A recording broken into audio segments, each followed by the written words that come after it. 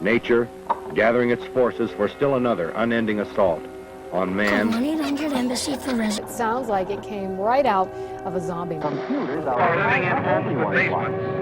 Go below and stay below ground level.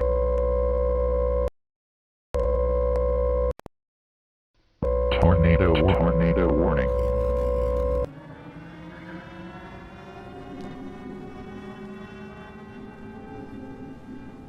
April 9th, 2015, a tornado begins to form during the evening hours in the small town of Franklin Grove, Illinois, quickly growing larger and larger by the minute to the point of reaching an unprecedented size for the area.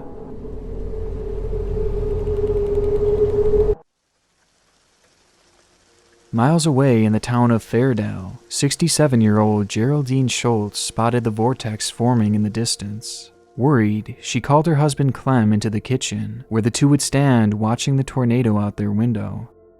For the couple, tornadoes were nothing new, and Clem was quickly able to determine that the storm would likely miss them to the east. But just to be safe, he went upstairs to grab some lanterns, in the likely event of a power outage. Upon doing so, Clem would catch a glimpse of the tornado outside the bedroom window, having grown significantly closer. Its wind speeds were well over 200 miles an hour, and having been classified as an EF4, it was the largest twister the area had ever seen. In awe of its size, Clem began to record out the window, still certain that the storm was heading east.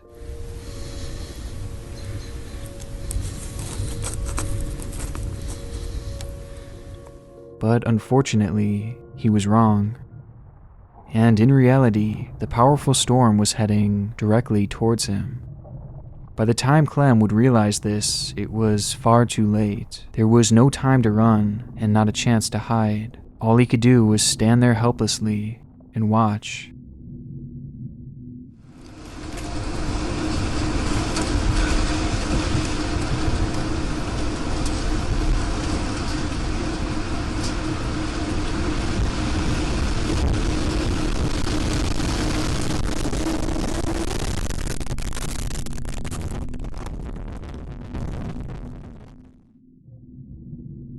It was a direct hit, as the EF4 tornado tore through the house before Clem could even say a word, quickly turning the home that had once stood there for 100 years to dust and rubble. And buried beneath it all was Clem, along with his wife of 25 years.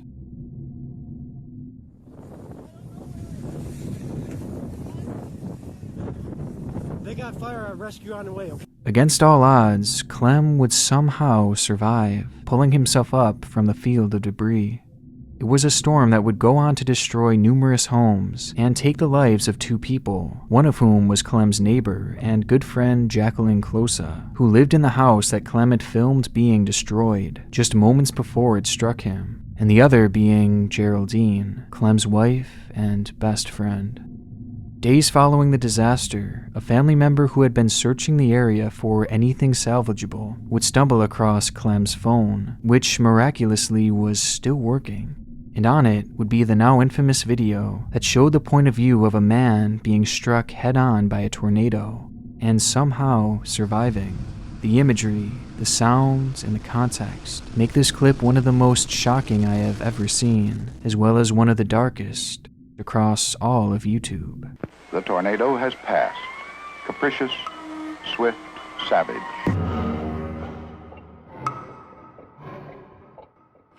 Before we move on to the next video, I want to briefly thank today's sponsor, Castify. I, like many of you out there, have had a long history of dropping my phone and cracking the screen, which is a pain to fix and not to mention very expensive. But luckily, Castify is here to help. Castify is a tech accessory brand that makes high-quality cases for phones and AirPods, along with a number of other accessories. Their impact cases are my personal favorite though, as they're engineered with a 2-layer construction of Qi tech, which makes it drop test approved for drops up to 6.5 feet. These cases come in a ton of unique designs for whatever style you're into, and you can even customize them with your name or a monogram. It's a great blend of protection and personality, and it's actually protective in more ways than one, as these cases have an antimicrobial coating, which kills 99% of bacteria. And best of all, they're more sustainable than most cases on the market, as they're made out of 50% recycled materials. So if you're interested in trying out Castify for yourself, then head over to castify.com/Nick Crowley, and you'll receive 15% off your brand new phone case. A new high-tech way to find out who's at the door. With a video doorbell, you'll never miss a visitor. In the past few years, the world has seen a boom in the use of doorbell cameras, mainly because of instances like this. Oh, they got a camera. Capturing and exposing criminals in the act, from the most petty of thieves all the way to attempted murderers and kidnappers. Due to their knack for capturing disturbing encounters, the videos that have emerged from these devices have practically carved out their own genre here on YouTube, to the point that many, including myself, have almost become desensitized to them. But recently, a video began making the rounds, showing the events that transpired at a Las Vegas home on the evening of July 21st, 2021, and it proved to be one of the most chilling I have ever seen. It happened around 8 p.m., where a young lady had been working in her kitchen, waiting for her husband to return home from work. It was another 100-degree day in Vegas, and likely in an attempt to cool down, she would open her window to let the evening breeze in. Unbeknownst to her, this harmless decision would lead to a terrifying series of events. Outside of the home, a man had been wandering the suburban streets aimlessly, roaming throughout the neighborhood before stopping in his tracks. In front of him was the open window and a clear view of the woman inside. It was a chance sighting that would lead to the man approaching the house and ringing the doorbell, where the camera would begin to record. Are you sure? I just rang your doorbell because I have a couple questions for you.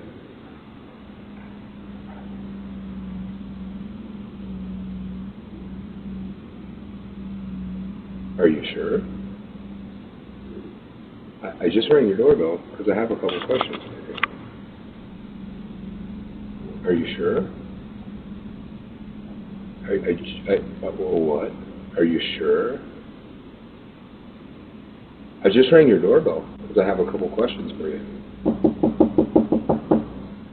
Are you sure?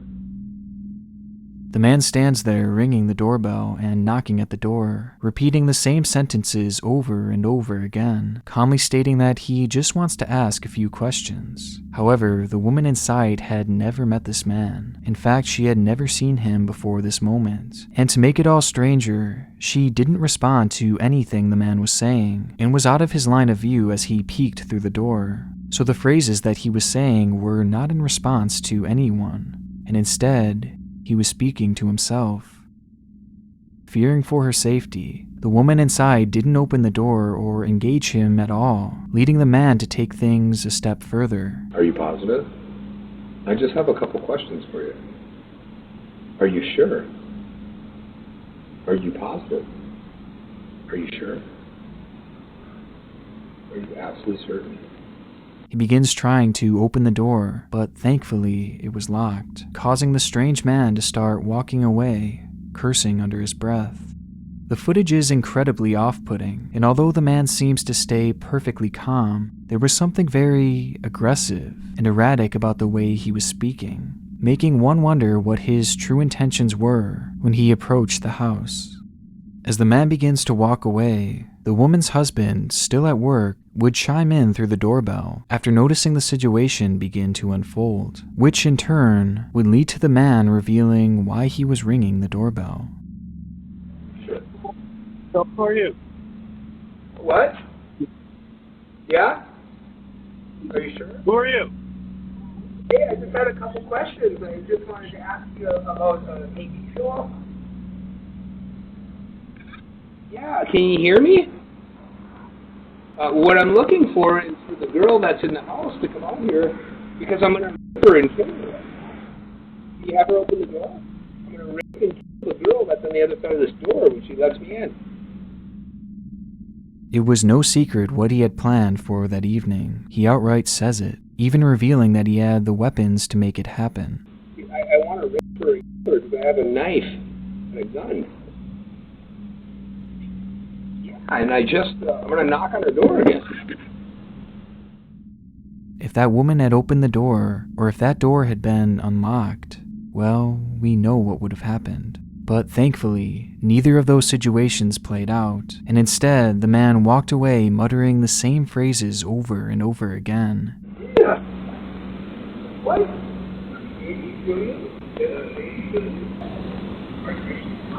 Even staring at the house for a few moments before finally disappearing into the night.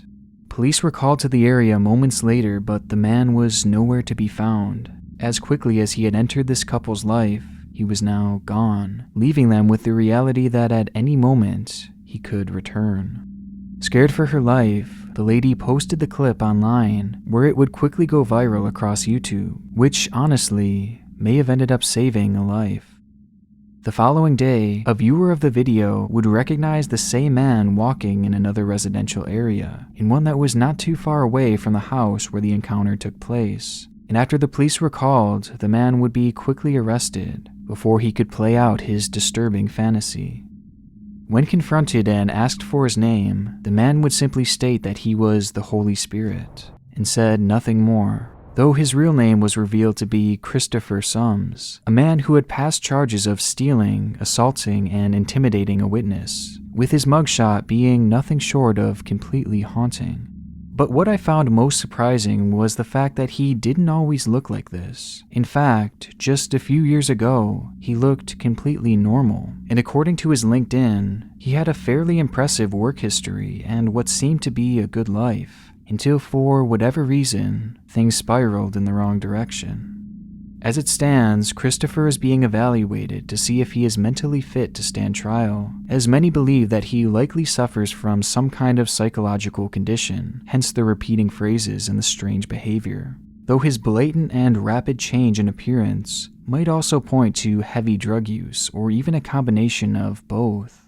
But regardless of what was behind his behavior that day, the situation and the subsequent video is haunting and could have been so much worse had that door been opened. Are you sure? I feel like everyone's out to get me. Hello, this is Tebebe Makonnen.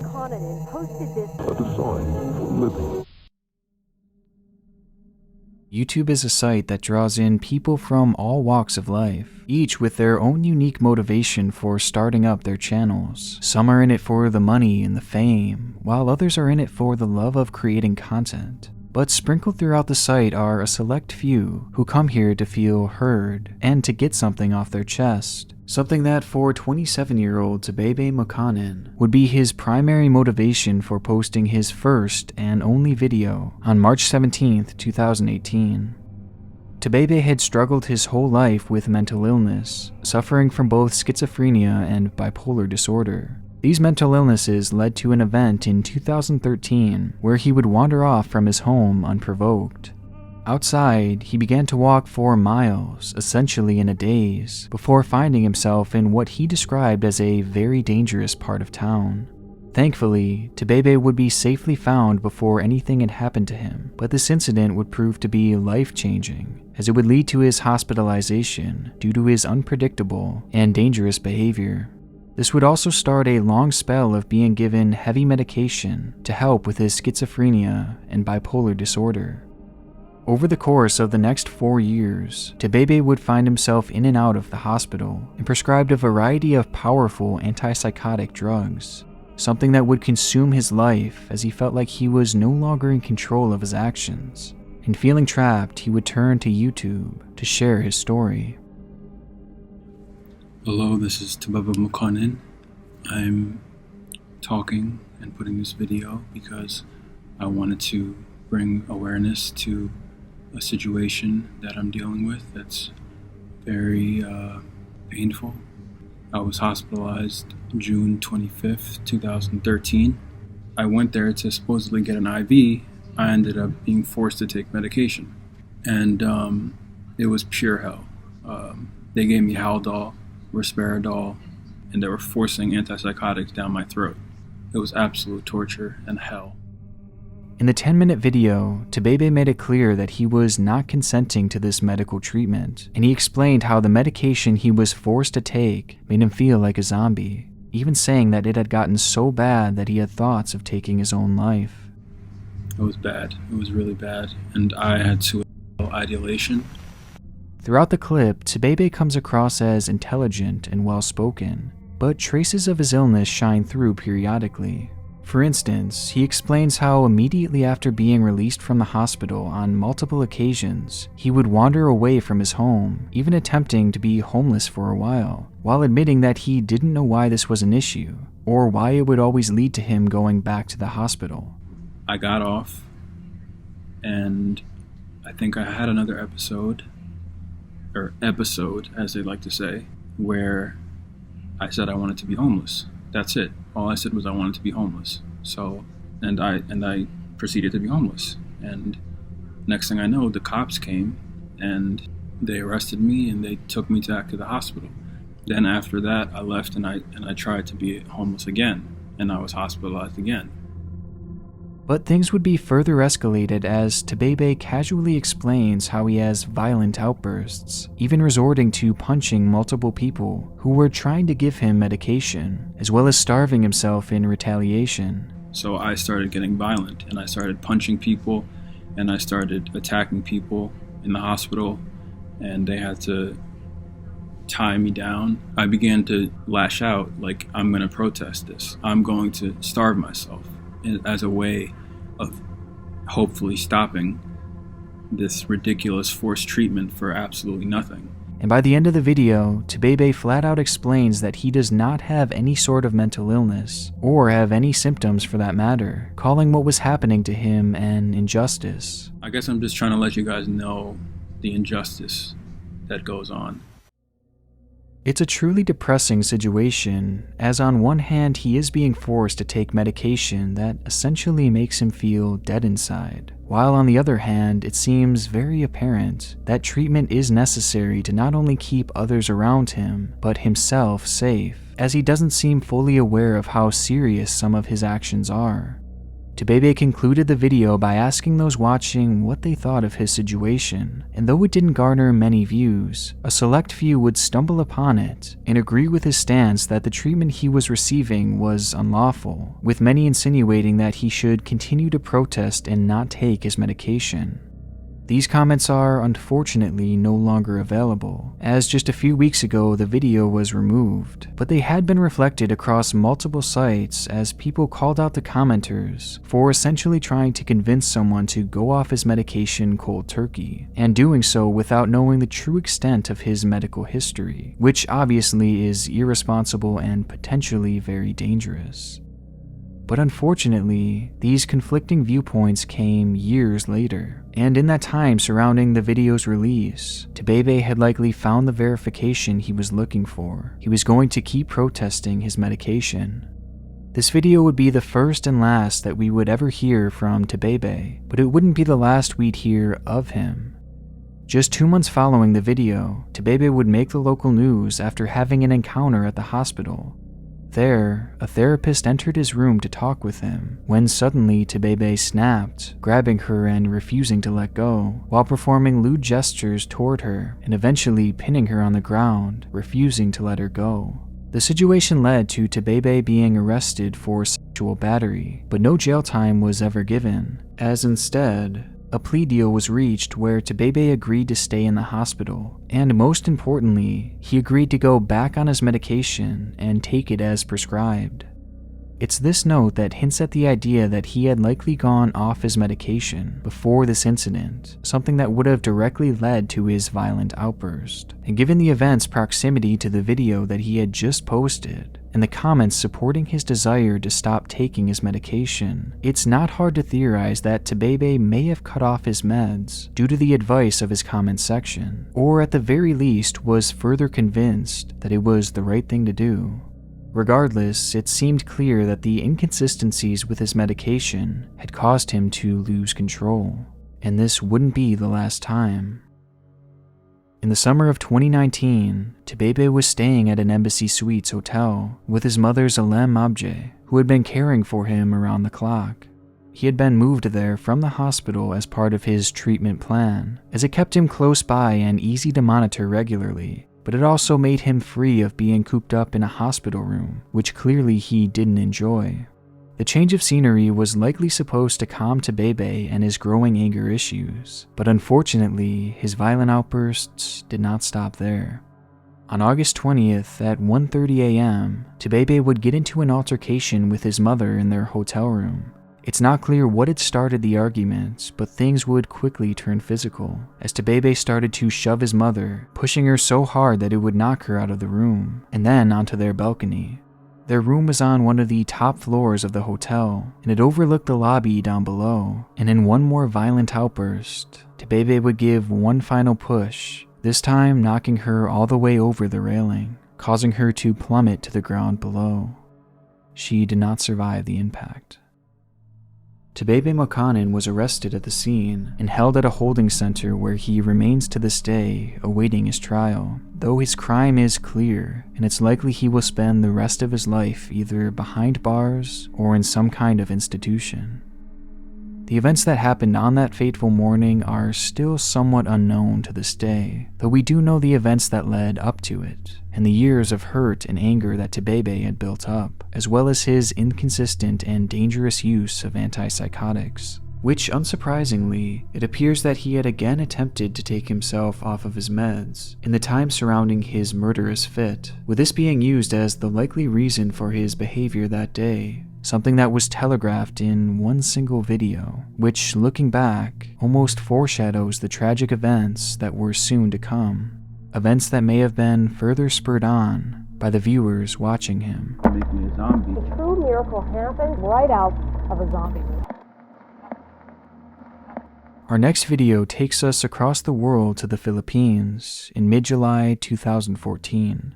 The story begins on a tragic note as a family says their goodbyes to their 3-year-old daughter.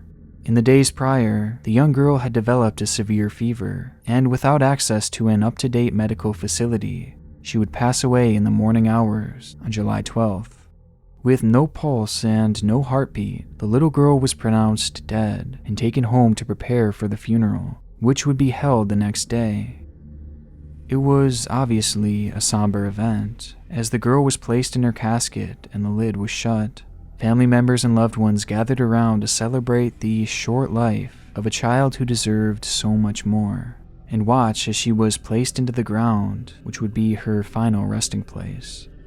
But before that would happen, one of the neighbors had been in charge of arranging the young girl's body before burial. Though something strange happened when he went to do so. Inside the coffin, the young girl's head began to move. It was a slight twitch, but in a panic, the neighbor checked for a pulse only to discover that her heart was still beating and the young girl was breathing. One of the family members begins to record as the sudden wave of realization hits that the child was actually alive.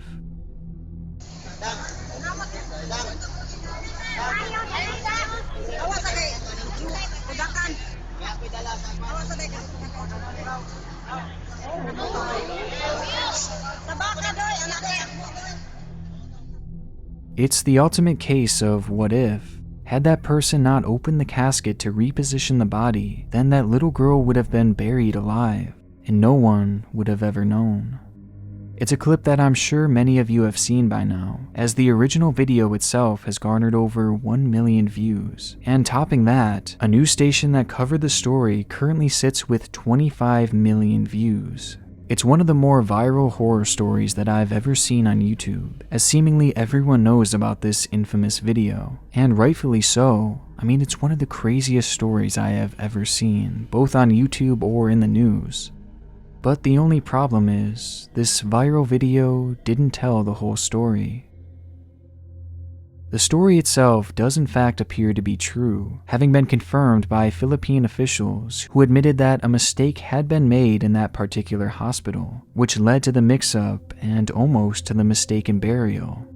But the story doesn't have the happy ending that many of us thought, as in reality, that child never actually woke up. She did have a pulse and shallow breathing, but she would never regain consciousness and remained in a comatose state. In fact, just 2 days after this video was taken, and on the 15th of July, she would once again be pronounced dead, this time for real.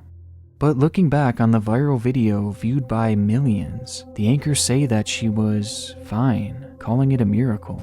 Happy tears, knowing that thankfully she's fine. I'm glad they opened that casket to check to move around. Now, it may be possible that they just didn't know this at the time, as based off of the way they're talking, it seems like their report would have came out the day or the day after the child was found alive. Only, that's not true either, as the child was determined to be alive on the 13th of July, and once again pronounced dead on the 15th, just 2 days later. Yet this video was published a full month later, on August 13th, 2014. So when this video went live, that little girl was long gone. And this is something that they likely knew, as it had been well reported in other major news outlets on the day of her actual passing. I mean, nowadays, even the top Google result for this incident mentions her passing, and it came out on the very day it happened. So when this video went live, they had to have known it wasn't true. What started on its own as one of the darkest videos on the site has now become even more twisted as the true ending has been revealed. A miracle that turned out to be nothing more than a mirage, leading to even more heartbreak as the family was now forced to grieve and come to terms with this girl's passing twice. And it's made even worse by the news report that has essentially rewritten the story's ending. But looking at just the video and the story as is, of how everything unfolded, it's still truly horrifying that this little girl was almost buried alive, whether she was conscious or not. And it makes me wonder how many others have been in that dreadful situation, buried alive by mistake. The answer to that question is one that we'll quite literally never know, since it is sealed within the claustrophobic walls of a dark coffin, with no hope of escape. And that's the iMac. Computers are coming your way. Divorce is often one of the more traumatic experiences that a young child can go through, as many are left in a state of confusion and distress at such a tumultuous time in their life. And for a young man named Daniel Bartlam, his childhood was sadly no different. Growing up in Nottinghamshire, England, Daniel's parents, Jackie and Adrian, would separate following the birth of Daniel's younger brother, with the situation leading to a split in the family, as the young boys would move to a new home with their mother. This brought Daniel to an unfamiliar town, as well as a brand new school, and to top it all off, Daniel's mother would soon find a new partner, further adding to the confusion that Daniel must have been feeling. All of these circumstances would lead Daniel to a declining mental state as he began to isolate himself in his room, barely speaking to his family. Daniel's mother Jackie was well aware of the change in his behavior, and she soon thought of the perfect way to bring him out of this depression. So she saved up some money on the side until she eventually had enough to buy Daniel his very own iMac, a computer that he had been asking for years. At the time, Daniel had a vested interest in technology, even having his own YouTube channel dedicated to the topic. But this new computer meant an upgrade in quality and a future with limitless possibilities. Overjoyed, Daniel quickly began a new channel and dedicated his very first upload to his new device.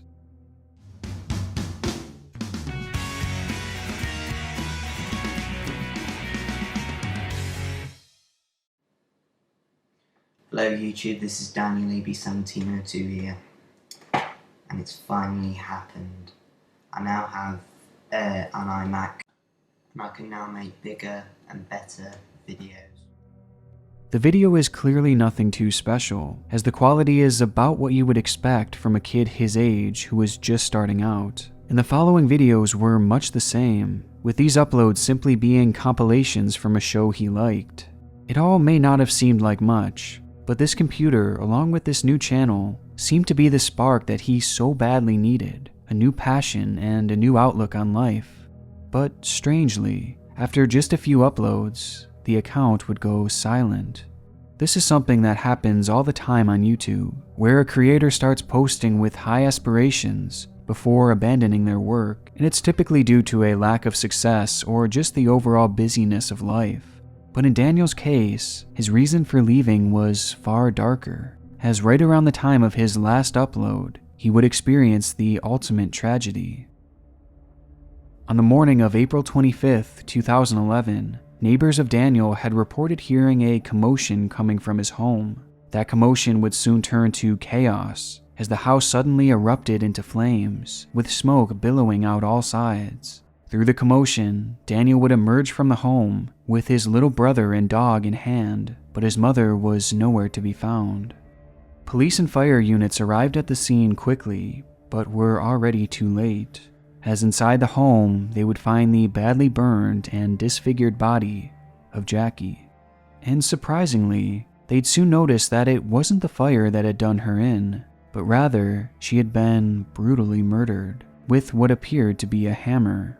The scene was shocking and incredibly chaotic, but luckily Daniel had been there to explain everything. According to the child, a masked burglar had entered the home before confronting his mother. The confrontation then led to the anonymous person attacking Jackie with a hammer, causing her to collapse to the floor. He then says the intruder lit her body on fire, leading Daniel to grab his brother and dog and escape from the blaze, saving what remained of his family as the murderer escaped out the back.